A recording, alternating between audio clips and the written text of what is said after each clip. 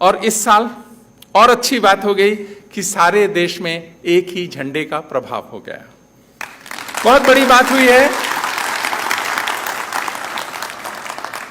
ये बहुत बड़ी बात हुई कि एक ही झंडे का प्रभाव हो गया। 47 में कोई काम अधूरा छूट गया, आज पूरा हो गया। मुझे याद है सेक्रेटरी ऑफ स्टेट्स थे उस समय, वीपी मेनन साहब थे सेक्रेटरी ऑफ स्टेट, और सरदार वल्लभ भाई पटेल उस समय गृह मंत्री थे। तो वीपी मेनन साहब ने एक घटना का उल्लेख किया है कि एक बार मुझे सरदार ने बुलाया अपने पास में और उन्होंने कहा कि वीपी मेनन, तुमको कुछ काम सौंप के जा रहा हूं, मैं तुमको कुछ काम सौंप के जा रहा हूं, ये तुम इस धरती को छोड़ने से पहले करते जाना। तुमने तो 3 वायसराय के साथ काम किया। वीपी मेनन साहब ने 3 वायसराय के पॉलिटिकल एडवाइजर और कॉन्स्टिट्यूशनल एडवाइजर थे और आज सेक्रेटरी ऑफ स्टेट हैं, सरदार के विश्वास पात्र भी बहुत थे। तो उन्होंने कहा कि कुछ काम छोड़ के जा रहा हूं क्योंकि मेरे पास वक्त नहीं है। तुमने ये सारा देखा है कि ये कैसे हुआ, इंटीग्रेशन ऑफ स्टेट्स कैसे हुआ, कितना इसमें संघर्ष हुआ। तुमने जूनागढ़ देखा क्या हुआ, तुमने हैदराबाद में देखा क्या हुआ, तुमने कश्मीर की डिफिकल्टी भी देखी।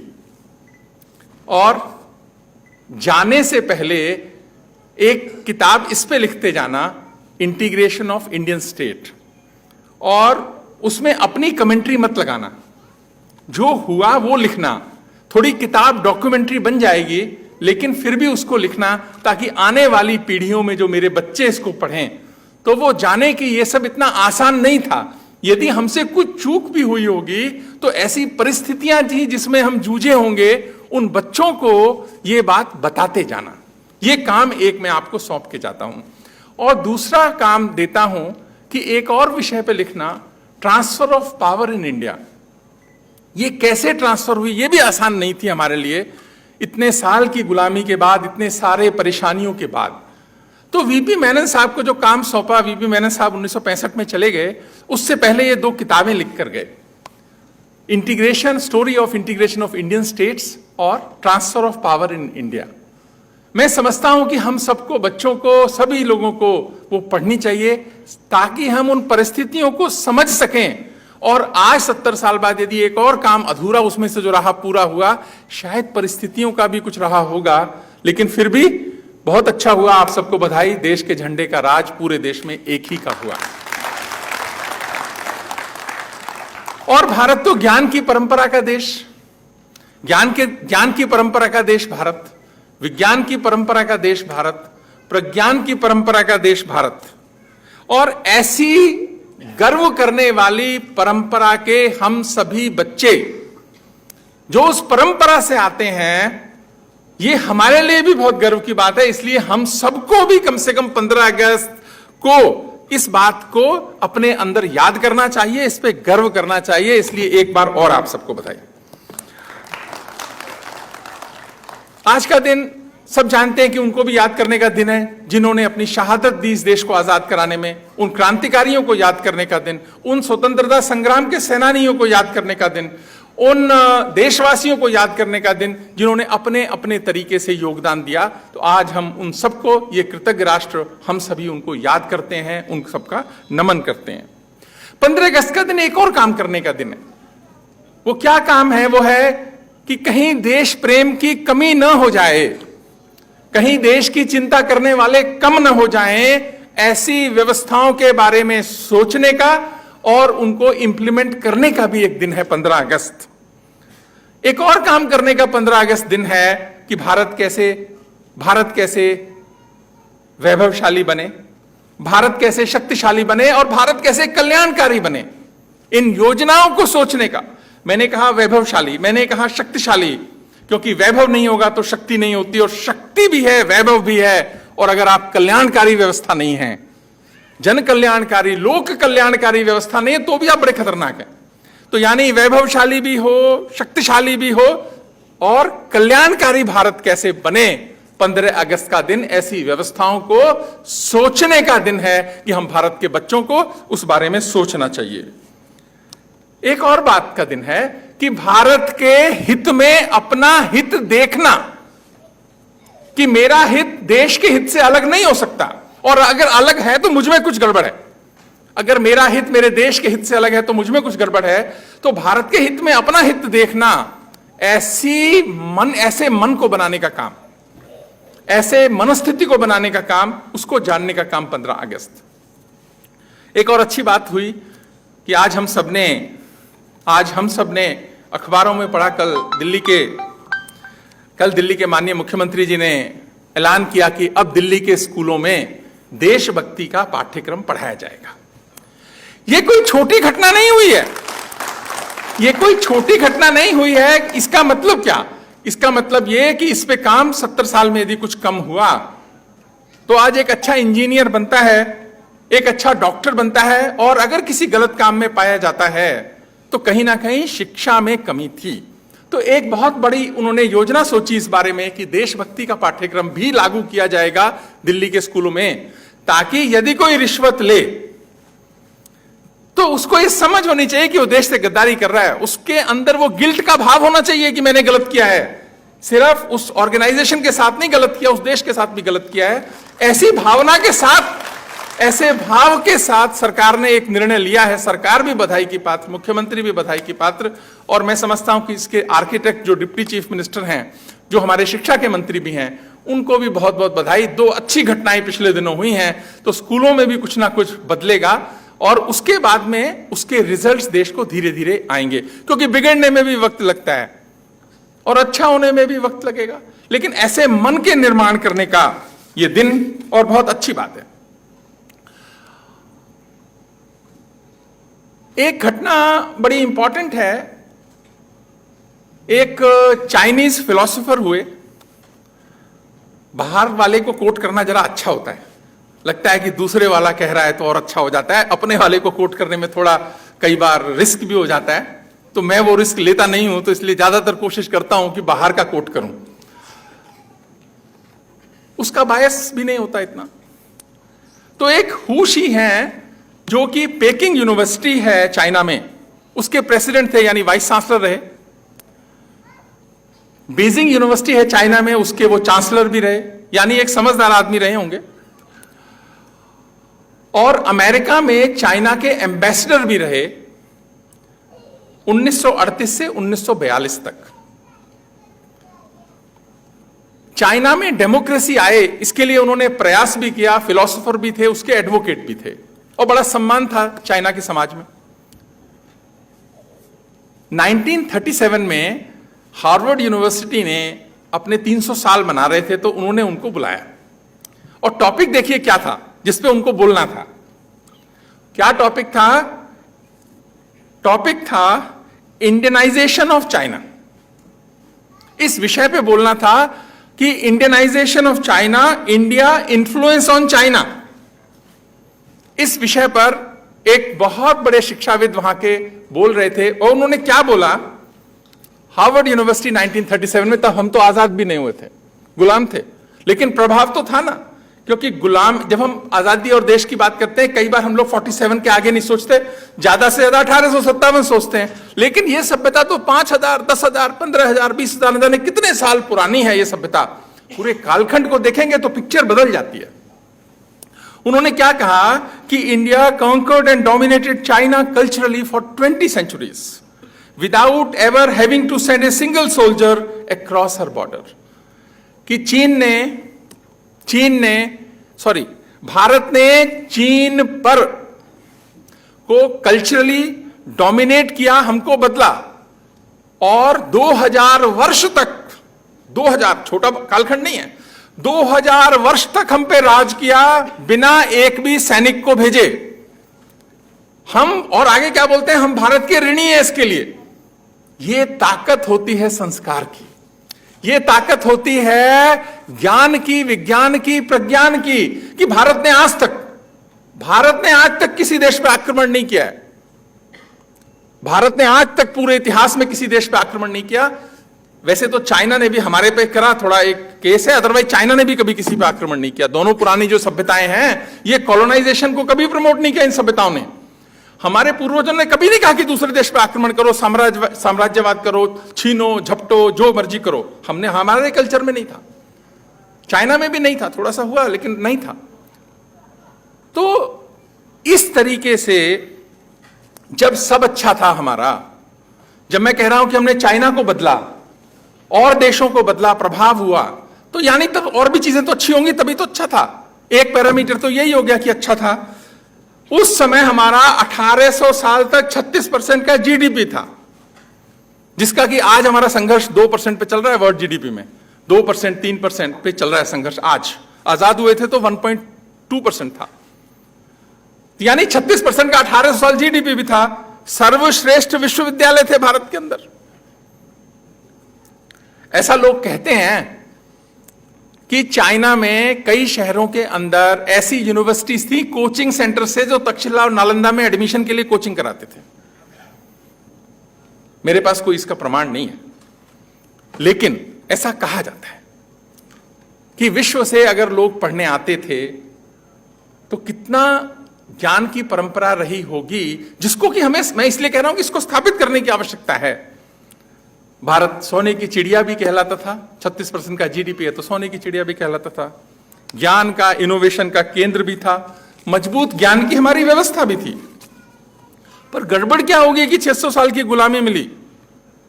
अभी सुबह ही मैं देख रहा था, इस 600-700 बरस की गुलामी मिल कैसे गई, फिर इतनी बड़ी सभ्यता थी, और वो कारण क्या आज हैं या खत्म हो गए? इसको भी तो सोचने की आवश्यकता है कहीं ना कहीं, कभी ना कभी। क्योंकि याद रखना, संस्कृति उदार हो सकती है, हमारी थी, है, रहेगी, रहनी भी चाहिए। कल्चर, संस्कृति, जो भी आप कहें उसको, वो उदार हो सकती है, होनी भी चाहिए। देश उदार, समाज उदार हो सकता है, सोसाइटी उदार हो सकती है, होनी भी चाहिए, हमारी थी, है और रहेगी भी। लेकिन राज्य उदार नहीं हो सकता। सोचने की बात है कि राज्य कितना उदार होना चाहिए, यह एक बहुत बड़ा प्रश्न है। इस पे स्टेट जिसको हम बोलते हैं, वो कितना उदार होना चाहिए, क्योंकि स्टेट का पहला काम है सीमाओं की सुरक्षा करना।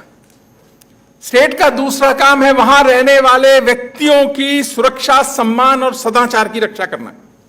अगर स्टेट इसमें फेल होती है, सीमाओं की सुरक्षा नहीं कर पाती है, व्यक्ति के सम्मान की सुरक्षा नहीं कर पाती, सम्मान की, सदाचार की, इसका मतलब स्टेट फेल हो रही है। तो स्टेट कितनी उदार होनी चाहिए, इस पे सोचने की जरूरत है। लेकिन समाज उदार हो सकता है, संस्कृति उदार हो सकती है, और भारत में रही है भी। अगर उसमें कोई कमी आती है तो 600 साल की गुलामी का कारण भी बनती है। इसीलिए हरिओम पवार जी ने जब कहा, एक कविता की कुछ लाइनें हैं, वो सोचने पे मजबूर करती हैं। उन्होंने कहा कि हमने कभी सिकंदर वाले रथ को वापस मोड़ दिया था। ये सिकंदर कब था? जब चाणक्य भी था। चाणक्य भी थे, मैं उस पर थोड़ा बाद में बात करूंगा। मैं कह रहा हूं कि हमने कभी सिकंदर वाले रथ को वापस मोड़ दिया था, हमने 16 बार पकड़कर गौरी जिंदा छोड़ दिया था। सही बात है ना, हमने 16 बार पकड़कर गौरी जिंदा छोड़ दिया था। हमने सागर की लहरों पर अपने पत्थर तैराए थे, सीता जी के सत के आगे धरती को फटते देखा था, राम धनुष के डर के आगे सागर को हटते देखा था। हम इतिहास बदलने निकले तो भूगोल बदल जाता था, और हमारा श्याम कन्हैया नागों के फन चढ़ जाता था। लेकिन जाने या अनजाने भूलें कर बैठे थे भारी, इन भूलों के चक्कर में हमने आज़ादी भी हारी। 47 में आज़ादी तो ले आए हैं, स्वर्ण जयंती वाले गहने आज़ादी को पहनाए हैं, पर ताकत के बिना यह आज़ादी अभी अधूरी है। इसलिए हमारे हाथों में ताकत बहुत जरूरी है। ये हरिओम पवार साहब कहते हैं। पर प्रश्न जो है इसमें वो है, हमने 16 बार पकड़कर गौरी जिंदा छोड़ दिया था, ये सही किया था कि गलत किया था? 16 बार राज्य ने गौरी को छोड़ा, 16 बार राज्य ने गौरी को छोड़ा, गौरी ने एक बार नहीं छोड़ा। और फिर क्या हुआ? तो आज सुबह मैं अनूप लाठर साहब के साथ बैठा बात कर रहा था इसी सब्जेक्ट पे, तो मैंने सोचा विकिपीडिया खोलता हूं कि ये पृथ्वीराज चौहान के बारे में लिखा क्या हुआ है। आपको हैरानी होगी, मुझे बहुत अच्छे लगे शब्द, मैंने कोट कर लिए कि आप लोगों के लिए बताऊंगा कि विकिपीडिया क्या लिखता है।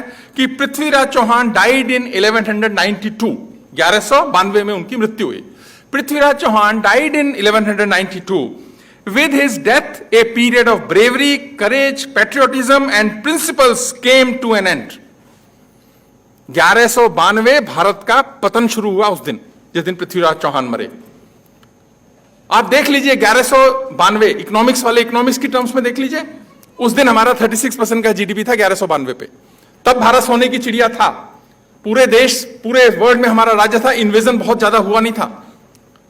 1200 के बाद आप सभी पैरामीटर्स में देखिए कि कितने गिरे।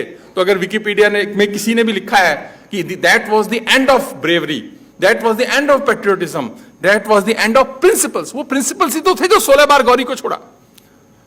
तो व्यक्ति के प्रिंसिपल्स पर राज्य के प्रिंसिपल्स पे डायरेक्ट लगाने का खतरा है, और भारत के लोगों को समझना भी पड़ेगा ना, क्योंकि वो कारण आज भी है हमारे पास में। तो राज्य के लिए धर्म अलग होना चाहिए, व्यक्ति के लिए धर्म अलग होना चाहिए। मैं धर्म की बात का मतलब प्रिंसिपल्स की बात कर रहा हूं, रिलीजन की बात नहीं कर रहा। व्यक्ति के लिए अलग और राज्य के लिए अलग, ये डिफरेंशिएट अगर नहीं करेंगे, 600 साल की गुलामी पहले देखिए, ईश्वर न करे कभी ऐसा कुछ हमारे साथ हो, तो राज्य उदार नहीं हो सकता, और वो कई बार बहुत बड़े नुकसान का कारण होता है। और हमारे देश इसका एग्जाम्पल है कि हमने बहुत सहा है, बहुत सहा है। इसीलिए भारत को ताकतवर बनाने की हमारी जिम्मेदारी है कि भारत कैसे ताकतवर बने। और अगर भारत ताकतवर होगा, जो व्यक्ति ताकतवर है या जो देश ताकतवर है, तभी हमारे जो श्लोकों की रचना हुई उसका कुछ मतलब है। ताकतवर व्यक्ति, ताकतवर देश और भारत जब गाएगा कि सर्वे भवन्तु सुखिना, सर्वे सन्तु निरामया, सर्वे भद्राणि पश्यन्तु, मां कश्चित् दुःखभाग् भवेत्, तभी तो इसका रेलेवेंस होगा। यानी क्या कि संसार में सभी लोग सुखी हों, संसार में सभी लोग क्या हो, किसी को कोई नहीं। दूसरा है कि सर्वे सन्तु निरामया, सभी लोग रोगों से मुक्त हों, सभी लोग मंगलमयी घटनाओं का कारण बने, देखें, और किसी को कोई दुख ना हो। ये कमजोर बोले तो उसका कोई मतलब ही नहीं है, बोलते रहिए आप, भारत में ही कोई नहीं बोलता इसको। पर जब ताकतवर थे तो बोलते थे ना, जब समुद्रगुप्त का राज्य था तो बोलते थे ना, जब चंद्रगुप्त का राज्य था तो बोलते थे ना, जब चाणक्य थे तब बोलते थे ना। इन सब की रचना उस कालखंड में हुई और यूजेज अगर आज करते हैं, इसीलिए भारत का ताकतवर बनना भारत के लिए ही जरूरी नहीं है, विश्व के लिए भी बहुत जरूरी है। एक छोटी सी घटना पिछले दिनों हुई, आपको याद है यूएन में क्या कहा? यूएन ने कहा अगर नॉर्थ कोरिया का सॉल्यूशन निकालना है तो अमेरिका से नहीं निकलेगा। अभी अभी तो रिसेंट घटना हुई है, इतनी अच्छी घटना हुई है कि भारत अब ताकतवर बन रहा है, धीरे धीरे बन रहा है। यूएन ने क्या कहा कि अगर नॉर्थ कोरिया की सॉल्यूशन निकालना है तो अमेरिका से नहीं निकलेगा, भारत को इसमें भूमिका अदा करनी पड़ेगी, भारत के पास इसका सॉल्यूशन हो सकता है। ऐसा विश्वास का निर्माण अगर विश्व में होने लगा है तो हम सब थोड़े थोड़े सक्सेसफुल होने लगे हैं। आप सबको इसके लिए भी बहुत बधाई, क्योंकि कुछ अच्छा और कुछ नया करने का समय है, और हम सब शायद किस्मत वाले लोग हैं कि हम सब उसके साक्षी बन रहे हैं। लेकिन साक्षी बनना केवल पर्याप्त नहीं है, हमको अपनी अपनी भूमिका भी निभानी होगी, क्योंकि क्रिकेट के मैच में जो प्लेयर्स होते हैं उनका रोल अलग होता है और जो स्पेक्टेटर्स होते हैं उनका रोल अलग होता है। स्पेक्टेटर्स का रोल केवल ताली बजाना, और अपनी टीम हार जाए तो दुख होता है। ठीक बात है ना? प्लेयर्स का रोल अलग होता है, जीत जाए तो पैसे भी मिलते हैं, नाम भी है, फेम भी है, सब कुछ है। आपको हैरानी होगी जब प्लासी का युद्ध हो रहा था, जितने लोग लड़ रहे थे उससे ज्यादा लोग युद्ध को देख रहे थे। यानी ताली बजाने वाले लोगों की संख्या बहुत ज्यादा थी। भारत में हर व्यक्ति प्लेयर बने अपने अपने रोल में। ऐसा 15 अगस्त का दिन हमसे प्रण लेने की अपेक्षा करता है कि हमको यह सोचना चाहिए कि हमारा क्या रोल हो। सिर्फ ताली बजाने का रोल नहीं होना चाहिए हमारा। अभी तो बजा लो, कोई बात नहीं, मैं मतलब अभी के लिए नहीं कह रहा, ये तो मैं बात कह रहा हूं कि स्पेक्टेटर के रोल से हमको आगे आकर प्लेयर के रोल में आना है, और विश्व का कैप्टन भी बन सकते हैं हम, किसी को जीतने के लिए नहीं। भारत ने किसी को जीता ही नहीं, कभी आक्रमण ही नहीं किया। दिल जीतने का काम भारत ने किया, तो भारत के लोगों को वही करना चाहिए। वो हमारी कोर कॉम्पिटेंस है, वो हमारी कोर स्ट्रेंथ है, वो हमारे जीन्स में है, वो हम जेनेटिकली हम उस तरह से ट्रेंड हैं। 600 साल थोड़े बहुत ऊपर नीचे हो गया, हमारा कमजोर हो गए थोड़ा, लेकिन उस तरह से हमारी ट्रेनिंग है, हमें उसी में काम करना चाहिए। इसीलिए जब दिल्ली की सरकार ने कहा कि हमें स्कूलों में एक देशभक्ति का पाठ्यक्रम बनाना चाहिए, पढ़ाना चाहिए, समझाना चाहिए, कितनी अच्छी बात यह हुई है कि हम इस पे काम करेंगे तो बहुत अच्छे परिणाम आएंगे। एक शायर ने एक बात कही अलग से हटके, वो कहता है आजकल चल क्या रहा है, पर चल क्या रहा है कि मत देख कोई शख्स गुनाहगार है कितना, मत देख कोई शख्स गुनाहगार है कितना, बल्कि यह देख तेरे साथ वफादार है कितना। अब आज यह भी नहीं समझ में आता कि वफादारी को प्रीमियम तो देना चाहिए, बिल्कुल देना चाहिए, पर कितना देना चाहिए। अगर शायर ये कह रहा है कि मत देख कोई शख्स गुनाहगार है कितना, ये देख तेरे साथ वफादार है कितना, अगर यही सबकी फिलॉसफी हो जाएगी, लॉयल्टी को प्रीमियम तो होना ही चाहिए। देखो, अगर देश के संदर्भ में लॉयल्टी को प्रीमियम होना ही चाहिए, बिल्कुल होना चाहिए। लॉयल्टी के बाद ही सब कुछ शुरू होता है। लेकिन क्या है कि लॉयल्टी ओवर एवरीथिंग तो ठीक नहीं ना, इस पे सोचने की जरूरत है। Loyalty over capability, loyalty over capacity, loyalty over capability, loyalty over commitment, ये एक राइट काइंड ऑफ क्या बैलेंस हो इसका। अगर राष्ट्र के संदर्भ में, देश के संदर्भ में, संस्कृति के संदर्भ में है तो लॉयल्टी के बाद में बाकी सब जीरो। लेकिन एडमिनिस्ट्रेटिव, लेकिन दूसरी चीजों में ये कितनी आवश्यकता है इसकी डे टू डे फंक्शनिंग में, यहां पर सोचने की एक आवश्यकता है कि अगर सिर्फ लॉयल्टी को ही प्रीमियम होगा, बाकी चीजों को बिल्कुल नहीं होगा, वो भी बहुत अच्छी चीज शायद न हो। यह भी कई बार सोचने की जरूरत है, क्योंकि इससे क्या होता है, बड़ा नुकसान हो जाता है। आप में से बहुत सारे लोग बच्चे बैठे नेटफ्लिक्स देखते होंगे। अभी एक मेरे को अनूप लाठर जी ने बताया था, बीच एंड हाउस देखो, मैंने देखा अभी पिछले दिनों, एक टीवी सीरीज बनी। 1795 की घटना है, शाह आलम दिल्ली के राजा थे उस समय। तो एक अंग्रेज, उन दिनों फ्रेंच सपोर्ट देते थे, 1795, थोड़ी साल पुरानी बात है। तो अंग्रेज फ्रेंच देते थे और अंग्रेज कन्नौज तक आए हुए थे। तो बीच एंड हाउस एक टीवी सीरीज बनी है यूएस की, उसमें उन्होंने बताया कि किस तरीके से एक अंग्रेज यहां पर आता है और अपने तरीके से राजा को प्रभावित कर लेता है, शाह आलम को। और वो छोटा सा एक घटना है, उसका बेटा ही वो क्या विद्रोह करता है, वो उसको एक दे देता है, क्या बोलते हैं उसको, ट्रेडिंग राइट्स तो ठीक है, वो मैं नाम नहीं याद आ रहा, कोई उसका है, वो बोलते हैं पर्ल ऑफ आगरा, एक बहुत बड़ा एक पर्ल है, पर्ल ऑफ आगरा।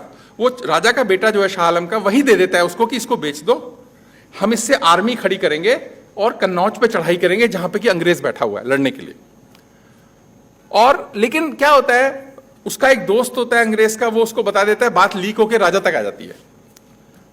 यहां से घटना शुरू होती है कि राजा को लगता है कि ये तो मेरा यहां से ट्रेजरी से चोरी एक चीज हुई है, एक अंग्रेज ट्रेडर को दे दी गई है, तो कैसे होगा ये चोरी कैसे होगी, ये तो अपराध हो गया बहुत बड़ा। लेकिन जब उसको कॉज पता लगता है अपने बेटे का, कॉज पता लगता है कि कॉज क्या था कि आर्मी रेस करने के लिए, ताकि ब्रिटिशर्स से लड़ाई की जा सके, क्योंकि उन दिनों फ्रेंच प्रोटेक्शन थी दिल्ली को 1795 में। और राजा रिजाइन कर देता है, उसका वो बेटा दिल्ली का राजा हो जाता है। अब जब राजा हो गया तो ये जो ट्रेडर है वफादार हो गया उसका, भारत का सत्यानाश हो गया। एक घटना, कन्नौज की लड़ाई हुई, हारे ब्रिटिशर्स, कन्नौज तक टिके हुए थे, वो दिल्ली आ गए।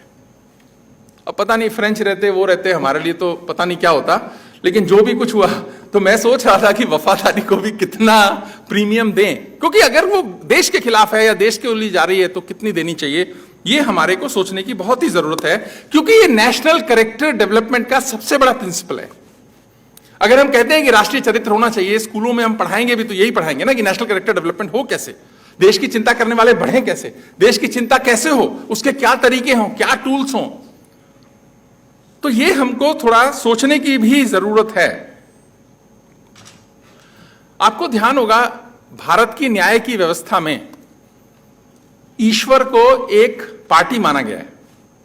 पहले मुझे नहीं पता थी ये बात।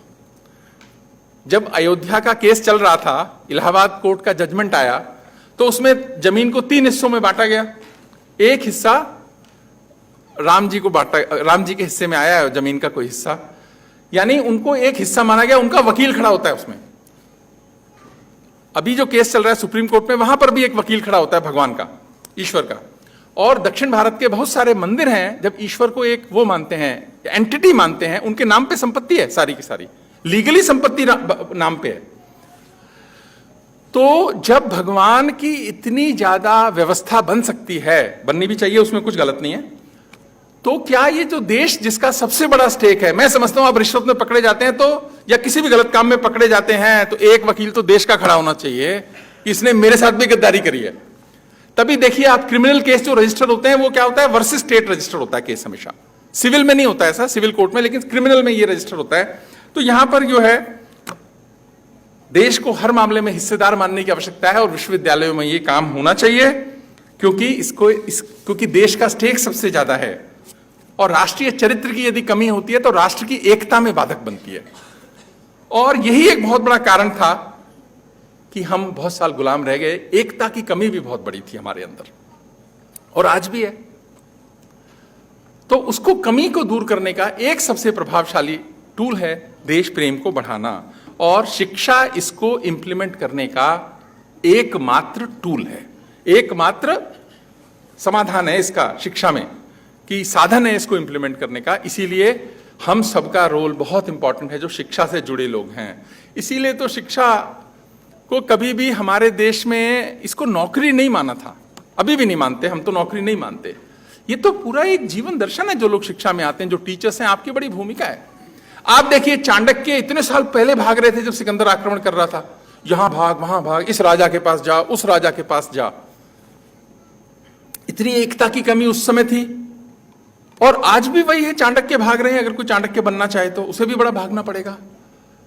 तो वो कारणों को दूर करने के लिए विश्वविद्यालयों को और शिक्षकों को अपना एक रोल करना चाहिए और उसी से व्यक्ति का ठीक निर्माण होगा। अगर एक बार याद होगा आपको, शास्त्री जी ने कहा था कि दोपहर का खाना छोड़ दो।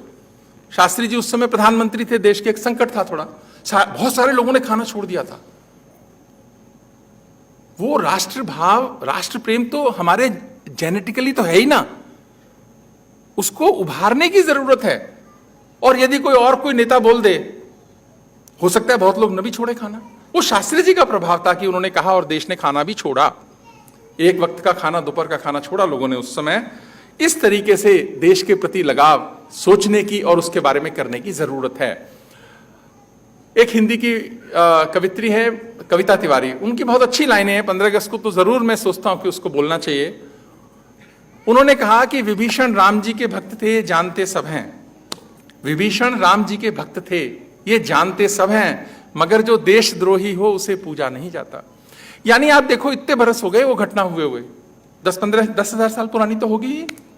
राम जी के 2 भक्त थे बहुत अच्छे तगड़े वाले, एक तो थे हनुमान जी, दूसरे थे Vibhishan.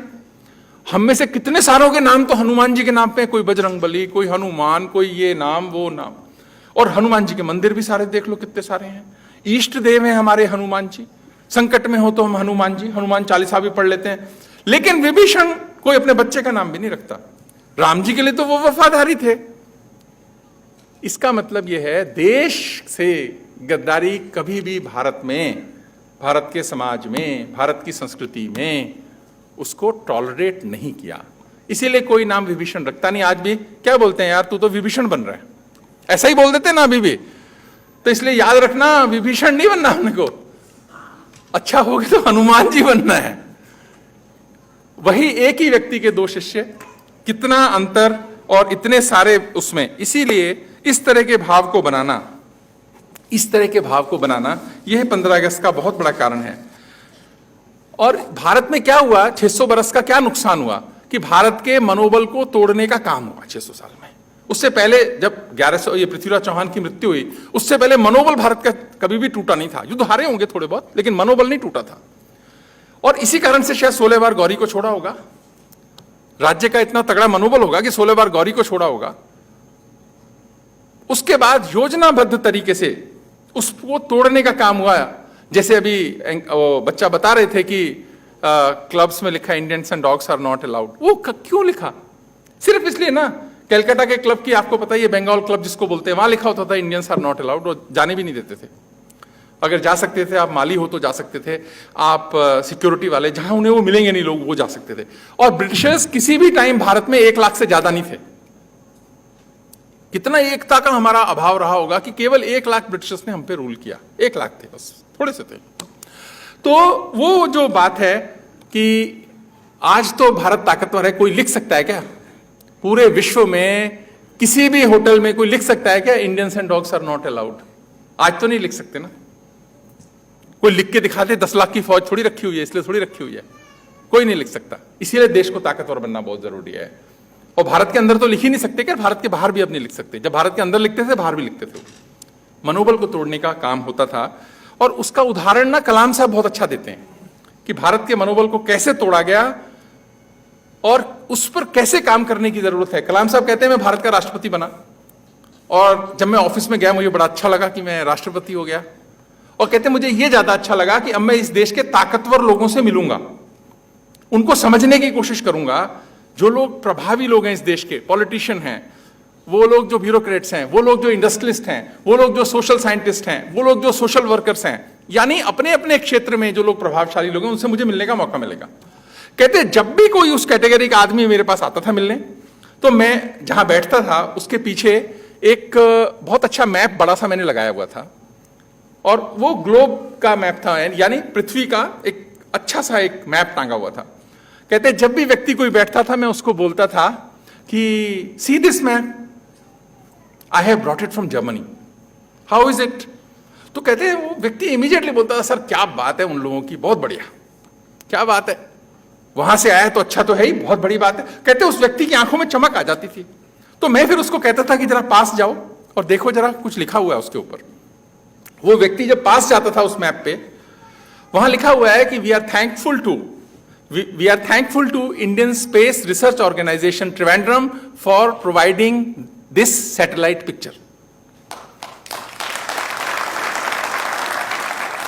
We are thankful to Indian ISRO Trivandrum for providing this satellite picture.